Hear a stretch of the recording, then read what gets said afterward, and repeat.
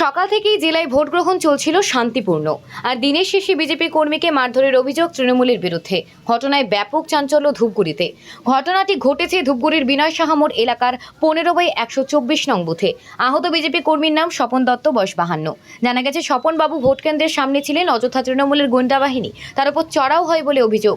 স্বপন বাবু আরও অভিযোগ করেন, তৃণমূল কর্মী নবিউল হক সহ বেশ কয়েকজন তার উপর লাকি সাতা নিয়ে মারে, এমনকি পরনে থাকা শার্ট ছিঁড়ে দেয়। সেখান থেকে উদ্ধার করে ধূপগুড়ি মহকুমা হসপিটালে নিয়ে যাওয়া হয় আহত বিজেপি কর্মীকে। কর্তব্যরত চিকিৎসক জেলা হাসপাতালে রেফার করে দেন। এই ঘটনায় চাঞ্চল্য ও সৃষ্টি হয়েছে জেলা জুড়ে। আমি বুথে বসেছিলাম, তৃণমূলের গুন্ডা বানিয়ে এসে আমাকে চড়া হয় বলে তুই ওখান থেকে টেবিলটা ফেলে দেয়, বুথ ভেঙে দেয়, আমাকে উপর অত্যাচার শুরু করে দিল। তারপর উত্তম মাধ্যম বার এখানে সেখানে আমাকে মেরে ফেলে দেয়। তখন লোক দু একজন ছিল, পালাপালি হয়ে যায়, আমি পড়ে যাই। পরে লোক এসে আমাকে জল ধরে আমি অজ্ঞান হয়ে গেছি। হাসপাতালে নিয়ে ভর্তি ছিলাম, আমাকে রেফার করা হয়েছে।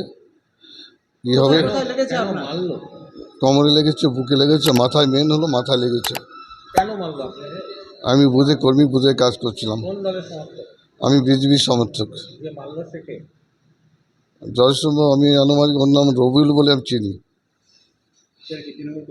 তৃণমূল কর্মী, বিনয় সমর একদম মোড়ে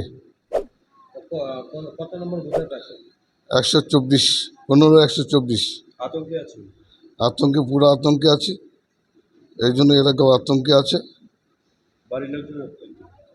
হ্যাঁ, বাড়ির লোকজন আতঙ্কে আছে, এলাকার লোকও আতঙ্কে আছে।